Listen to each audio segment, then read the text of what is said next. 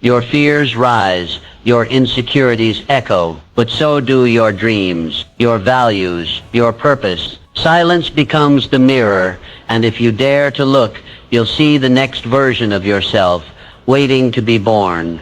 Nikola Tesla understood this. While others chased applause, he embraced solitude. Hours, sometimes days, spent in mental silence. He built worlds in his imagination. He didn't just invent machines, he saw them before they were real. His solitude was not a weakness, it was his superpower. Because he learned what most people never discover. Solitude is a portal to genius. But you don't need to be an inventor to practice this power. You just need courage. The courage to turn off the noise, to shut down the notifications, to walk into a room without music, without messages, just you and your mind. And then listen, not with fear, but with faith. Trust that what you hear in the silence is exactly what you need. We live in a society that celebrates busyness, the calendar full of appointments, the inbox flooded with requests, the mind always on. But that isn't strength, that's survival. And you were not born to survive, you were born to create, to lead. And leaders must retreat before they advance. They must listen before they speak. They must know themselves before they guide others. So make it a habit, a daily ritual. Even 5 minutes of stillness can alter your trajectory. Sit with your thoughts, ask yourself real questions. What am I avoiding? What am I chasing? Who am I becoming? You don't need the world's opinion, you need your own awareness. Because the stronger your relationship with yourself, the less you need from the world. You stop begging for validation. You stop bending for approval. You become grounded, not in noise, but in knowing. And that, my friend, is where true freedom begins. When you can be alone with yourself and feel complete. When silence becomes sanctuary, not punishment. That's when your power multiplies. Stillness is not the absence of movement. It is the presence of purpose. Embrace it. And watch your mind grow stronger than ever before. When your focus is fractured, your life becomes scattered. Tasks go unfinished. Dreams stay on paper. Energy gets drained in 10 different directions, and none of them lead anywhere meaningful. It's like pouring water into 10 cups and watching them all stay empty. But when your focus becomes singular, when it is aimed at growth, aimed at mastery, aimed at one meaningful pursuit, momentum builds. And with momentum, power is inevitable, like a river carving a canyon. Consistency in one direction transforms everything. It doesn't happen overnight, but it does happen. The river isn't fast, but it is relentless. And that is what separates the average from the exceptional. Most people dabble. They try a little of this, a little of that. They start businesses, then abandon them. Set goals, then forget them. Begin disciplines, then drop them. The result? A life filled with fragments. Pieces of potential scattered across time. But power is found in completion, not in starting, but in finishing. Not in curiosity, but in commitment. James 1:8 gives us a warning. A double-minded man is unstable in all his ways. The unstable man is not evil. He's simply unfocused. He says yes to too much. He pivots too soon. He abandons the hard path for the easy one. And so his life never stabilizes. Focus brings order. Focus builds strength. When you pick one goal, just one, and chase it with intention, the universe starts to respond. Doors open, resources appear, people take you seriously. Not because you're lucky, but because you're clear. You're not sending mixed signals. You've declared your direction, and direction creates alignment. Thomas Edison didn't revolutionize the world by being interested in everything. He chose one obsession, innovation, and gave it his full attention. Thousands of experiments, countless failures. But because he stayed the course, he didn't just invent the light bulb. He lit the world. That kind of impact isn't reserved for geniuses. It's reserved for the focused. What if you stopped switching paths every time it got difficult? What if you stayed long enough to get good? Long enough for your roots to grow deep and your name to carry weight? Most people never tap into their potential because they move too much. The moment pressure shows up, they pivot. But mastery lives on the other side of perseverance. So I ask you, what is your one thing? What's the one pursuit that sets your soul on fire? Choose it. Write it down, then eliminate everything else that doesn't align with it. Cut the distractions. Say no to noise. Invest fully in the path you've chosen. This is what it means to focus on yourself. Not in a scattered way, but in a strategic one. Every day, pour your energy into your mission. Every action should echo your objective. And when doubt comes, return to your decision. You chose this, you're building this, you're finishing this. Because when you focus on yourself with intensity, you move from chaos to clarity. And clarity is more than peace. It's power. It's the soil where results grow, where confidence builds, where transformation begins. Choose your target. Lock in. Stay steady. And watch the world begin to move in your favor. You must learn to protect your focus like a fortress, not with walls of anger or defensiveness, but with discipline, clarity, and unwavering standards. Your attention is your most valuable currency, and not everyone deserves to spend it. Each day, the world will throw demands your way, messages to respond to, arguments to settle, distractions to chase. But here's the truth.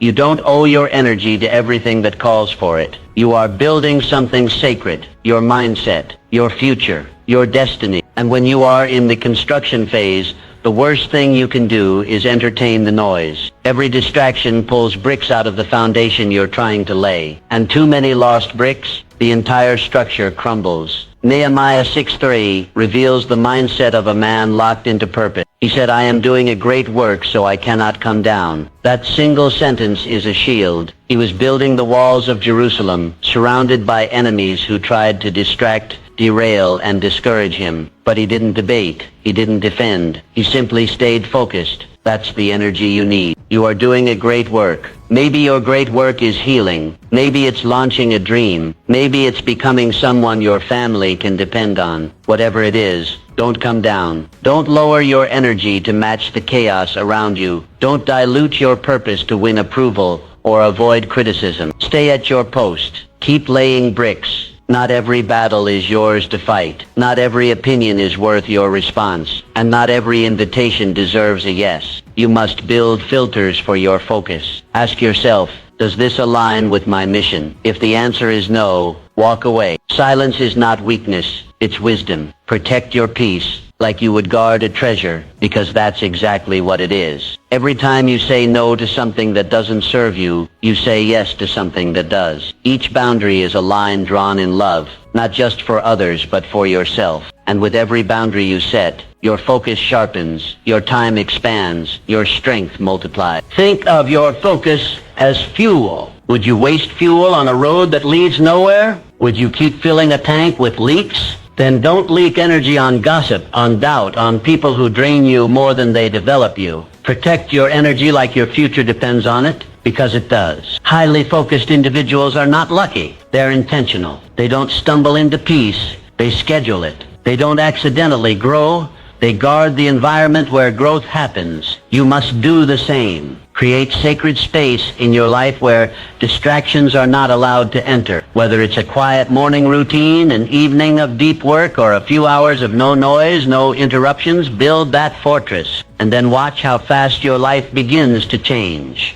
Because the moment you become protective of your focus, your energy returns, your mind clears, your pace quickens, and your results, they multiply. You are doing a great work. Do not come down. To focus on yourself is to become brutally honest. No more sugarcoating. No more denial. No more pointing fingers. This is the moment you step into the mirror and face the truth. Not the truth about others, but the truth about you. Growth doesn't begin with positivity. It begins with truth. It begins when you drop the excuses and say, this is on me. Truth is not always pleasant, but it is liberating. John 8:32 says, then you will know the truth, and the truth will set you free. Notice the order. You must know it before it frees you. And knowing it means being willing to see the parts of yourself you've tried to hide. The laziness you blamed on exhaustion, the bitterness you blamed on betrayal, the mediocrity you blamed on circumstance. Truth says own it. Most avoid this because truth is painful. It scrapes away your illusions. It removes the comfort of blame. It exposes the lies you've wrapped around your failure to make it more bearable. But here's the good news. Pain isn't the end. It's the beginning. Because once you admit what's broken, you can begin to build. Truth tears down illusions, yes, but it also builds foundations, solid ones. Andrew Carnegie didn't become the king of steel because the world handed him power. He came to America with nothing, poor, unconnected, but he refused to stay a victim. He took ownership. He didn't complain. He studied. He didn't wish. He worked. He didn't wait. He built. Day by day, book by book, sacrifice by sacrifice. And that's what launched him to greatness. He didn't rewrite history by hiding from truth. He used truth as his launch pad. You must do the same, and it begins by asking hard questions. What excuses am I still making? Where have I been lying to myself? What parts of my life have I outsourced to blame instead of responsibility? These questions sting, but they awaken, because behind every excuse is a power you've surrendered. And once you call it out, you take it back. Radical responsibility is not about shame. It's about sovereignty. It's the declaration that your life is your canvas. You are the artist. The strokes may be messy, the colors may bleed, but you're still the one holding the brush. And with truth in hand, you can repaint any story. When you take responsibility, your life becomes malleable, flexible, changeable. You are no longer a victim of your past, your parents or your pain. You are the sculptor. Mold your mind, refine your habits. Shape your days with discipline. Let truth carve the life you've been avoiding. This journey is not for the faint of heart, but you're not faint. You're ready. Ready to stop pretending. Ready to stop performing. Ready to become, because becoming begins with truth, and truth begins with focus. So sit with it. Let it sting. Let it cleanse, and then let it set you free. You don't need permission to change your life. You just need truth. And you've already found it right there inside the mirror. No one is coming to save you. Not your boss, not your partner, not the government. And that's not a tragedy, it's a gift. Because once you accept that, your life begins to change. You stop waiting for opportunity to knock. You stop waiting for validation to begin. You stop waiting, period. Instead, you start building, creating, leading. We've been conditioned to believe that help will arrive someday, somehow. But here's the truth. No one's coming. You are the answer to your own prayer. You are the rescue plan. You are the breakthrough you've been hoping for. Psalm 121:1-2 offers this declaration of faith. I lift up my eyes to the mountains. Where does my help come from? My help comes from the Lord. Yes, divine help is real. But notice something powerful. This help is activated by faith in motion. It meets you on the path, not on the couch. It empowers your effort. God won't write your business plan or lift your weights, but he will strengthen you as you do. Faith without movement is fantasy. Madam C.J. Walker, born to parents who had been enslaved, widowed by age 20, a single mother working as a laundress for $1.50 a week. She had every reason to wait for someone to rescue her, but she didn't. She took ownership. She saw a need in the marketplace, hair care products for black women, and turned her pain into a purpose. With no roadmap, no investors, and no guarantees,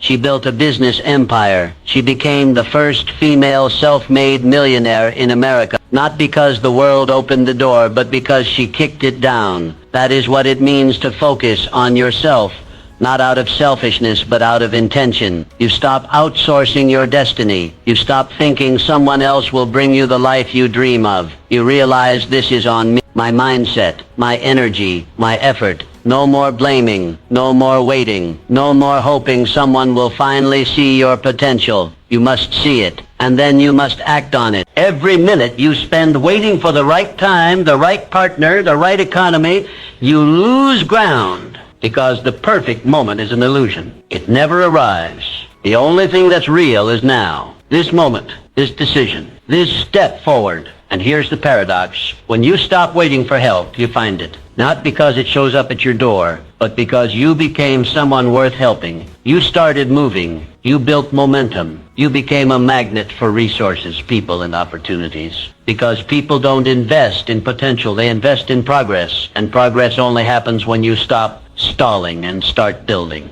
So take the pressure off everyone else. They are not your saviors. They are not your source. And they don't owe you your future. You owe it to yourself.